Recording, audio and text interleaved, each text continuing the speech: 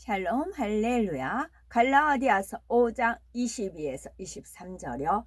오직 성령의 열매는 사랑과 희락과 화평과 오래 참음과 자비와 양선과 충성과 온유와 절제니 이 같은 것을 금지할 법이 없느니라. 아멘. 데살로니가 전서 5장 16에서 18절이요. 항상 기뻐하라. 쉬지 말고 기도하라. 범사에 감사하라. 이것이 그리스도 예수 안에서 너희에게 향하신 하나님의 뜻이니라. 범하게 호랑이에게 물려가도 정신만 차리면 산다, 그런 속담이 있잖아요.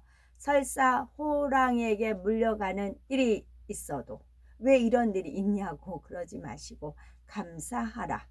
범사에 감사하라 입니다. 제목은 성령의 열매 두 번째입니다. 어떠한 상황 속에서도 항상 기뻐하고 범사에 감사할 수 있는 희락이 넘치는 삶을 살아가는 복된 성도가 됩시다 입니다.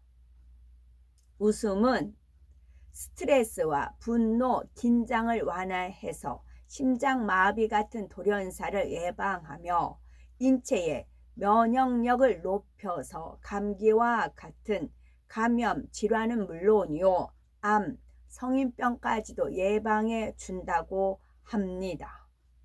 이처럼 웃음은 건강에 좋은 영향을 끼치는데 하나님께서도 우리에게 항상 기뻐하라 말씀하십니다.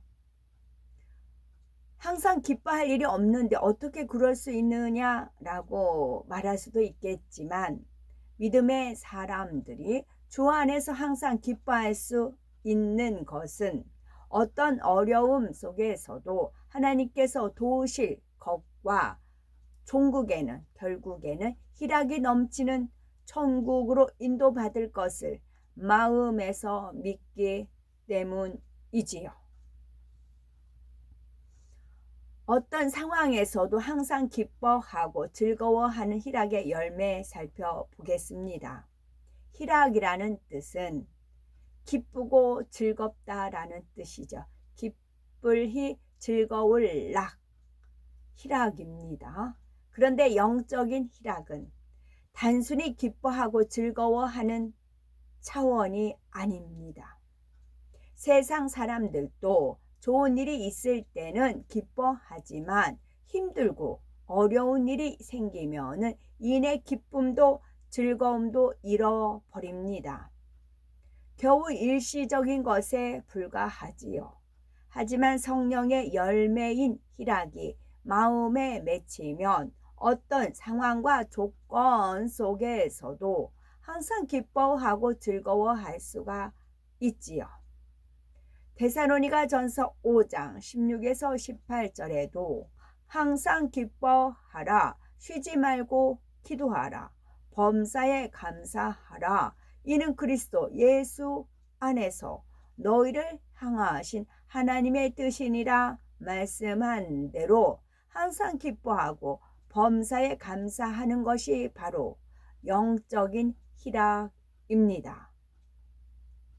따라서 희락은 자신이 바른 신앙생활을 하고 있는지를 쉽게 측정할 수 있는 기준이 되기도 하지요. 이제 주님께서 원수마귀 사단 루시퍼한테 없는 것이 무엇이겠느냐? 기쁨이다 그러셨어요. 그러니까 희락이다. 그래서 이제 주님의 웃는 모습을 전에 프린트해 놓은 게 있어서 이제 지금 핸드폰 뒤에다가 부착을 했어요. 그래서 웃는 모습, 그 모습을 닮아가려고 주님이 웃는 모습을. 그래서 어제 또한 어제가 아니고 언제였나? 어제 그저께 였나? 하여튼 그래서 올렸어요. 어떤 사람은 매 순간 즐겁고 행복하게 주님의 길을 가는 반면 열심히 신앙생활은 하지만 정작 기쁨과 감사가 없는 사람도 있습니다. 내 자신의 힘으로는 도저히 해결하기 힘든 일이 생겼을 때 그 순간 마음을 점검해 보시기 바랍니다. 그리고 내 자신의 얼굴을 거울에 한번 비춰 보시기 바랍니다. 그 모습이 바로 수요일 날이었네요. 수요일 날. 그 모습이 바로 나에게 얼마큼 희락의 열매가 맺혀 있는지 보여줄 것입니다. 사실 우리가 구원받은 은혜 하나만 해도 항상 기뻐하기에 충분한 조건이 됩니다. 영원히 타는 지옥에서 고통받을 수밖에 없었는데 구원받아 천국에 갈 수 있게 된 것만 생각해도 그 행복은 이루다 말할 수가 없기 때문이지요. 그런데 첫사랑의 기쁨이 사라지는 이유는 무엇일까요? 처음 주님을 영접하여 첫사랑에 빠진 사람은 구원의 기쁨으로 충만합니다. 아무리 고된 일을 해도 찬양이 흘러 넘치고 설령 주님의 이름으로 핍박을 받아도 감사가 넘치지요. 그런데 세월이 흐르면서 점점 주님에 대한 첫사랑이 식어지고 구원의 은혜도 예전과 같지 않습니다. 어려운 일을 만나면 공고해지고 불평, 불만이 나오지요. 그렇다면 주를 향한 첫사랑이 왜 식어지는 것일까요? 왜 식어지는 것일까요? 그 이유는 바로 마음에 육이 있기 때문입니다. 마음에 육이 있기 때문입니다. 육의 대표적인 특징은 변질되는 것입니다. 즉 혈기, 미움, 시기, 질투, 판단과 같은 비진리가 있어서 좋은 일이 있을 때는 기뻐하다가도 어려운 일을 만나면 이인의 근심 걱정을 하지요. 사도 바울은 복음을 전하다 붙들려서 매를 많이 맞고 깊은 감옥에 갇혔을 때도 기쁨을 잃지 않았습니다. 오히려 하나님을 찬미하며 복음을 전파하였지요. 어떤 고난 속에서도 기쁨을 잃지 않았기에 주 안에서 항상 기뻐하라. 내가 다시 말하노니 기뻐하라 라고 권면하는 것을 볼 수가 있습니다. 혹여 벼랑 끝에 내몰린 절망적인 상황에 직면해 계신 분이 있으신가요? 그럴지라도 사도 바울처럼 하나님을 믿고 기쁨과 감사의 기도를 드려보시기 바랍니다. 그 믿음의 행함을 보시고 하나님께서 합력하여 선을 이루어 주실 것입니다. 그러면 희락에 즐겁고 기쁘고 즐거운 희락의 열매를 맺고 싶습니다. 어떻게 하면 될까요? 어떻게 하면 될까요? 희락의 열매를 맺으십시오 라고 설교는 많이 해요. 방법을 알려줘야죠. 방법을. 맛있는 어떤 음식이 있어요. 맛있다. 맛있죠? 그래. 간도 맞죠? 그래요. 근데 이거 어떻게 만들었어요?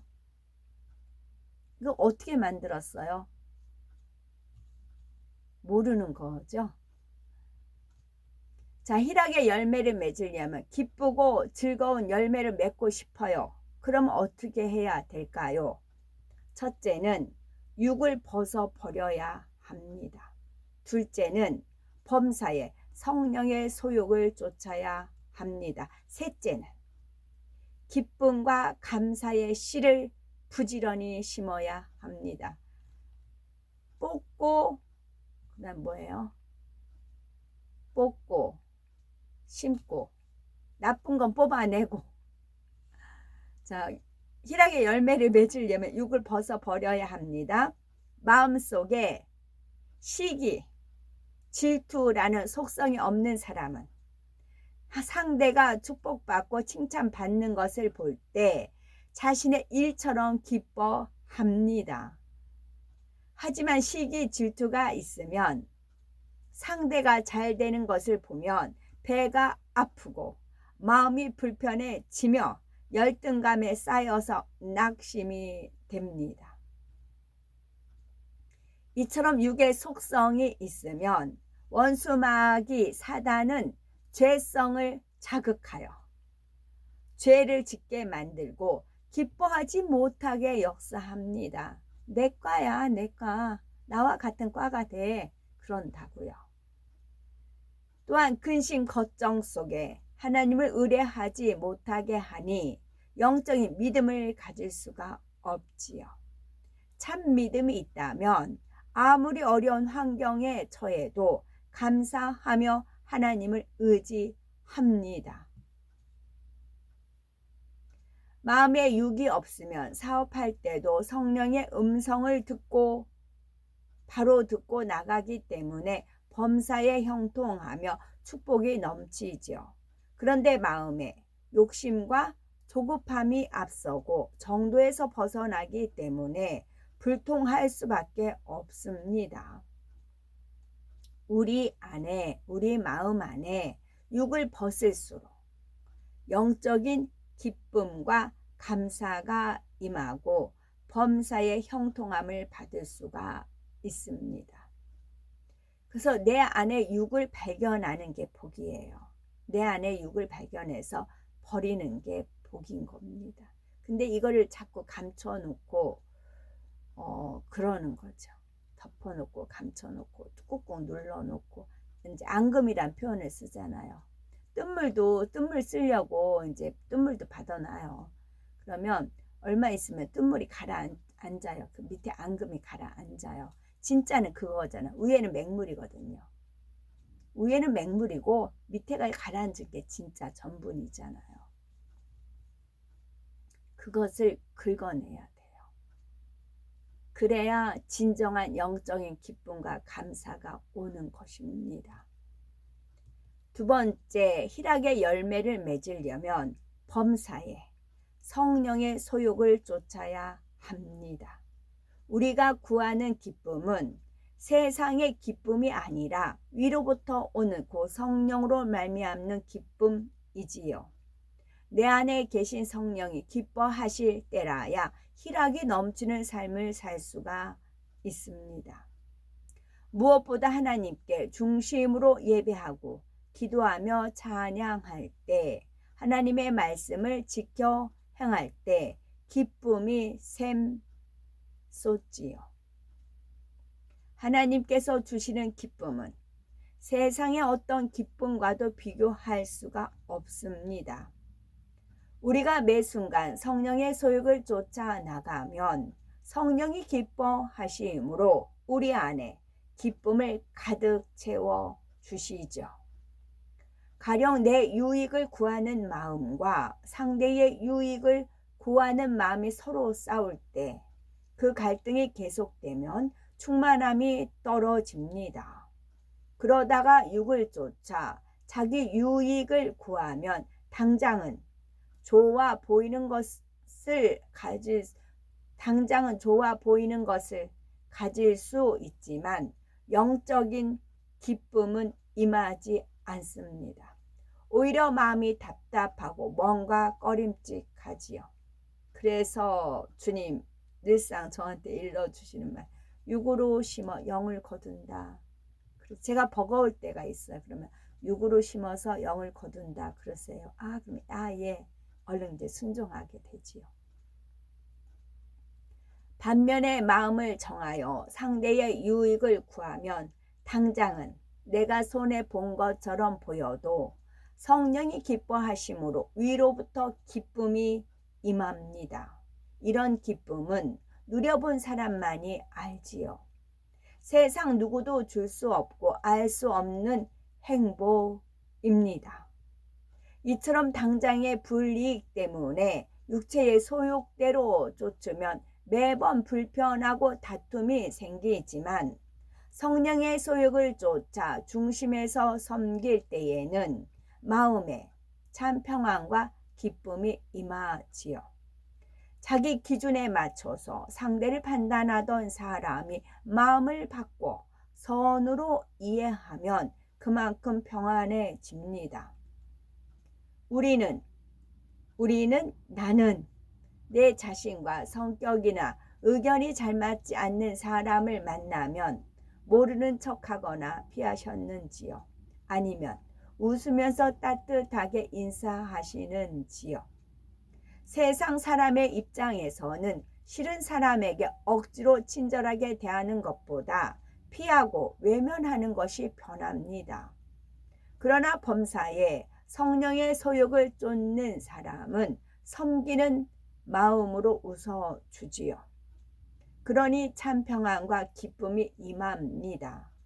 누군가와 성격이 안 맞다라거나 상대가 싫다는 느낌조차 아예 없으면 항상 마음이 평안하고 행복합니다.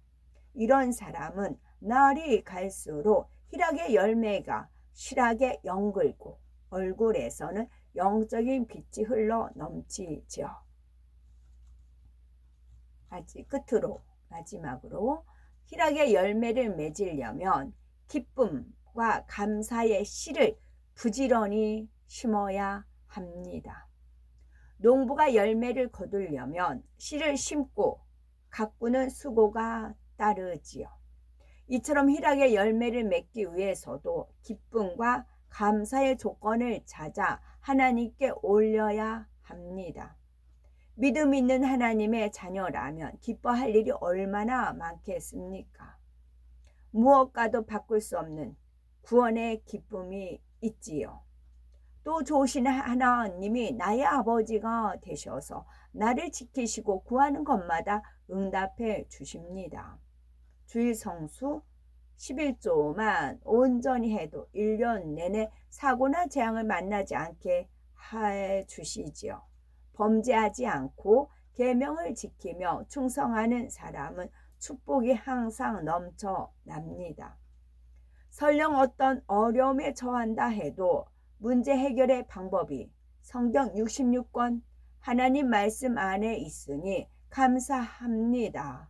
만일 나의 잘못으로 어려움이 왔다면 회개하고 돌이킬 수 있음에 감사하고 책망할 것이 없다면 그것 또한 기뻐하고 감사하면 되지요. 하나님께서 주시는 은혜를 당연하다 여기는 것이 아니라 항상 기뻐하고 감사하는 고백을 드려야 합니다. 이렇게 감사의 조건을 찾아서 기뻐할 때 하나님께서는 더 많은 감사의 조건을 주시죠. 그러면 점점 더 감사와 기쁨이 커지고 마침내는 희락의 열매를 온전히 맺을 수가 있지요. 주 안에서 신속히 성령의 9가지 열매를 맺어 항상 기쁨과 감사, 행복이 넘치는 삶을 영위하는 복되고 아름답고 보배로운 우리가 되어야 되겠지요. 성령의 열매 두 번째 시간으로서 희락의 열매를 맺으려면 첫째는 육을 벗어버려야 됩니다. 육은 미움, 시기, 질투 그런 거겠고요. 두 번째는 범사에 성령의 소욕을 쫓아 행해야 되겠고, 세 번째는 기쁨과 감사의 씨를 부지런히 심어야 합니다. 아멘.